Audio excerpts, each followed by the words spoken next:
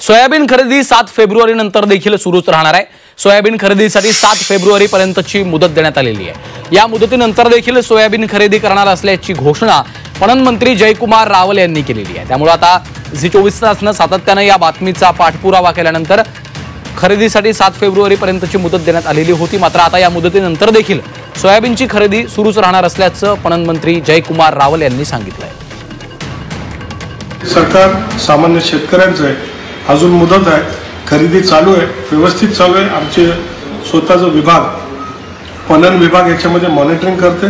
काय अडचणी असल्या तर त्याच्यामधून मार्ग काढण्यात येतील आणि ही रेकॉर्ड ब्रेक खरेदी चालू आहे। याच्यानंतर तूर खरेदी करायची, इतर साऱ्या गोष्टी सुद्धा खरेदी करायच्या। गोडाऊन संपत चालले म्हणून गोडाऊनसाठी नवीन जाहिरात काढली आणि म्हणून शेतकऱ्यांच्या हितासाठी जे जे काय लागेल ते करण्याचा हा सरकारचा प्रयत्न आहे आणि हे सरकार शेतकऱ्यांच्या हितासाठी कटिबद्ध आहे। विरोधकांनी चिंता करण्याची गरज नाही, सोयाबीन खरेदी होईल।